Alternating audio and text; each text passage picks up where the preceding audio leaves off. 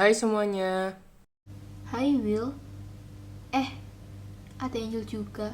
Hai Angel. Hai Will, hai Del, lama ya kita nggak ketemu.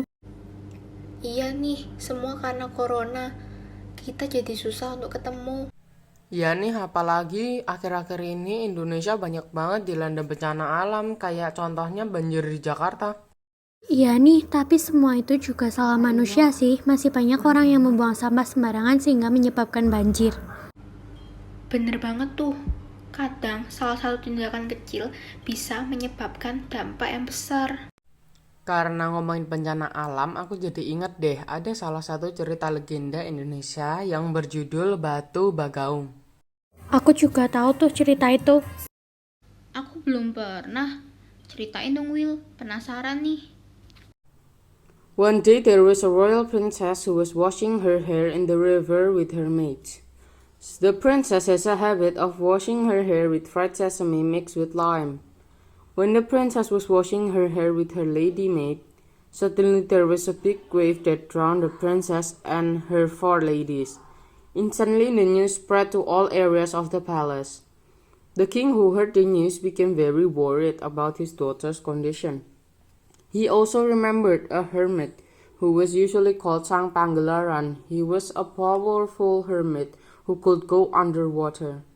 The king summoned him and told him to take the king under the water. The hermit brought the king to meet the underwater Maharaja. When he got there, the situation in the underwater palace was very chaotic and filled with trash as well as old people who looked lame. The king went to meet the underwater Maharaja and begged to release his daughter. The Maharaja also talked about his daughter's behavior, which caused damage to the underwater palace. The king apologized and begged the Maharaja to release his daughter. Seeing the sadness of the king, the Maharaja forgave the king, but with one condition, namely that all people are not allowed to wash their hair in the river using fried sesame and lime. The king agreed. Finally, the princess and her four maids were released. I see. It means that indirectly we are taught to always protect the environment for the sake of our common welfare and our descendants in the future. Environmental damage does not only torment us, but also affects our children. Tapi kalau kita lihat ceritanya jadi inget masalah lingkungan yang kita alami sekarang juga nggak sih? Iya, bener.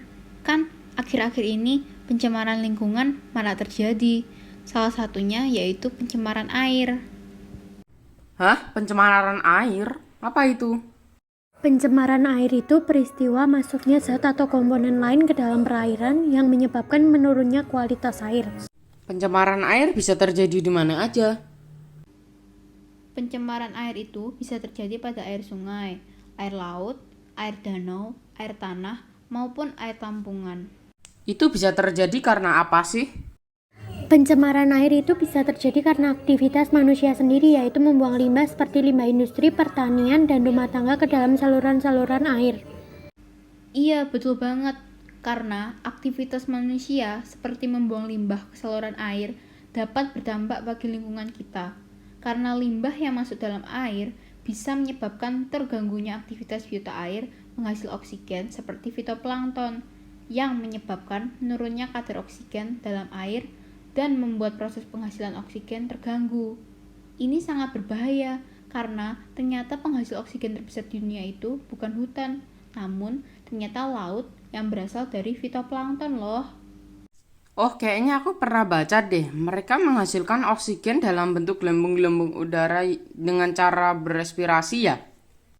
Iya betul, selain itu organisme biota air seperti ikan-ikan bisa saja mengonsumsi limbah-limbah tersebut dan menyebabkan kesehatan mereka terganggu dan bisa berakhir mereka akan mati. Lalu bila kita mengonsumsi ikan-ikan tadi, bukannya kita akan ikut tercemar juga ya kan? Iya juga sih, serem banget.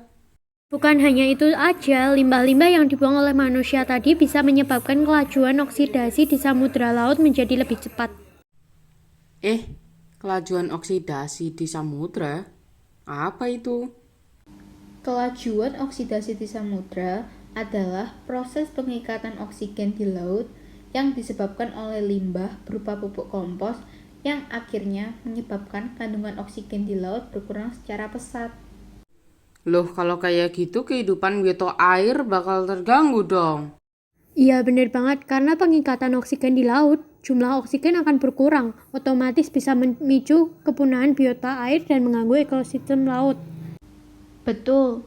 Selain itu, ini juga bakal mengganggu proses daur oksigen serta daur air. Padahal proses ini penting loh. Daur oksigen kita perlukan untuk menjaga jumlah oksigen di bumi agar tetap konstan. Sedangkan daur air kita perlukan untuk menjaga ketersediaan air bersih. Ini juga terjadi bukan hanya di laut loh, namun di sumber-sumber air lain juga seperti di sungai dan danau. Astaga, lalu bagaimana dengan yang di air tanah? Nah, kalau yang di air tanah sendiri itu bisa terjadi karena akibat dari hujan asam serta pembuangan limbah sembarangan yang mengakibatkan pH tanah berubah. Bila pH tanah berubah, itu bisa mempengaruhi kualitas air yang ada di dalam tanah pula, dan pada akhirnya berdampak bagi seluruh makhluk hidup seperti tumbuhan yang akhirnya kekurangan mineral serta manusia yang akhirnya kekurangan pasokan air bersih. Nah, terus manusia dan makhluk hidup lainnya mau minum dan mandi gimana dong? Tenang guys, ada caranya kok. Gimana? Pakai pengolahan limbah. Oh, aku tahu yang ini. Kalau nggak salah itu pakai penerapan reaksi redoks ya? Iya betul. Namanya metode lumpur aktif. Jadi dengan mengalirkan air pada sebuah tangki dan memanfaatkan oksigen untuk mengendapkan atau mengoksidasikan limbah atau lumpur yang mengubah air penuh limbah tadi menjadi air bersih. Karbon dioksida, amonium, serta sel biomasa baru. Oh iya, tahap pengolahan limbah itu dibagi menjadi 4 tahap loh, yaitu tahap awal yang merupakan pemisahan limbah cair, tahap primer, yaitu pengendapan limbah cair, tahap sekunder, yaitu pencampuran limbah dan lumpur aktif, dan yang terakhir tahap tersier, yaitu proses nitrifikasi. Wah, keren banget. Selain tindakan pengolahan limbah tadi, sebenarnya ada cara yang lain lagi loh yang bisa kita terapkan untuk membantu mengatasi pencemaran lingkungan. Oh, aku tahu, kita bisa menanam pohon. Apa hubungannya? Jadi gini misalnya nih, ya ada hujan turun ke bumi. Hujan tadi beresiko membawa polutan. Nah, pohon itu berfungsi sebagai penyaring supaya air yang mengalir ke dalam tanah itu bersih dari polutan. Oh, begitu. Kalau yang aku biasa lihat dan baca di banyak artikel sih, katanya kita juga kalau mau menanam pohon, usahakan menggunakan pupuk organik dan jangan pakai pupuk pestisida ataupun kimia. Apalagi secara berlebihan, itu bisa mencemari kandungan air dalam tanah. Betul banget. Nah, pupuk pestisida, kimia, serta jenis sampah lainnya juga jangan kita buang ke sungai atau sumber lainnya. Itu bisa menghambat aliran sungai dan menyebabkan banjir. Belum lagi, air yang penuh tumpukan sampah tadi menjadi kotor, bau, dan berwarna, dan tidak layak dikonsumsi, serta membuat biota yang hidup sana juga akan mati. Maka dari itu, kita juga disaranin untuk menggunakan bahan ramah lingkungan, apalagi yang kita pakai sehari-hari, seperti deterjen itu karena hasil cucian tadi kebanyakan akan mengalir dan berakhir di sumber air seperti sungai. Bila kita menggunakan bahan kimia dalam jumlah banyak, itu akan mengotori sungai serta meracuni organisme yang hidup di sana. Nah, saat kita beraktivitas seperti mencuci, mandi, atau aktivitas lainnya yang menggunakan air, kita juga harus menghemat penggunaan air. Hal ini juga akan membantu kita semua dalam menjaga pasokan air bersih. Tuh kan, ternyata ada banyak cara yang dapat kita lakukan untuk mengatasi pencemaran air saat ini, yang bahkan bisa kita lakukan sehari-hari. Tapi kalau dipikir-pikir itu juga salah satu upaya untuk penghematan energi nggak sih? Ya juga ya, itu juga nggak kalah penting dari masalah lingkungan yang kita alami saat ini. Bahkan saling berhubungan. Iya, salah satu upaya mengatasi pencemaran lingkungan kan juga dengan melakukan penghematan energi. Yang tadi disebutkan sama Wilby itu baru secuilnya aja. Masih banyak loh upaya penghematan energi yang bisa kita lakukan sehari-hari, sama seperti upaya mengatasi pencemaran lingkungan air tadi. Kayaknya aku tahu nih kalau ini. Kalau dulu yang sering dikasih tahu sih menggunakan energi listrik sebijak mungkin. Bijaknya itu bagaimana? Seperti saat kita menggunakan perangkat elektronik seperti TV, masih banyak orang yang bila sudah selesai menggunakan TV tidak mematikan sepenuhnya. Mereka hanya menekan tombol power pada remote TV, tapi tidak sampai mencabut kabel utama TV atau mematikan saklar. Jadinya sama saja seperti TV menyala. Hah, bener banget. Padahal dengan mencabut kabel TV utama atau mematikan saklar, itu baru benar-benar memutus aliran listrik. Oh, aku paham sekarang. Aku jadi inget saat nonton TV sering menyalakan lampu, padahal kalau diingat-ingat aku nggak terlalu perlu. Nah, aku kasih tahu nih. Kita menggunakan lampu, gunakan saat diperlukan saja, seperti saat malam hari untuk mengerjakan tugas atau saat melakukan aktivitas yang membutuhkan penerangan. Atau kalau mau, kamu juga bisa menggunakan lampu LED. Selain hemat daya, Nah, apalagi kalau habis nugas, sering banget meninggalkan lampu sama AC menyala.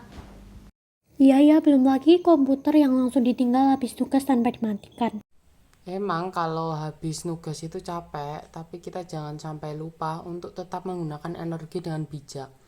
Karena ini juga demi kebaikan kita semua. Jadi kalau memang sudah selesai memakai AC atau komputer, jangan lupa mematikannya.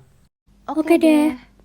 Wah, ternyata ada banyak ya upaya untuk penghematan energi yang bisa kita lakukan di kehidupan kita sehari-hari. Iya, cuma kitanya aja yang nggak nyadar.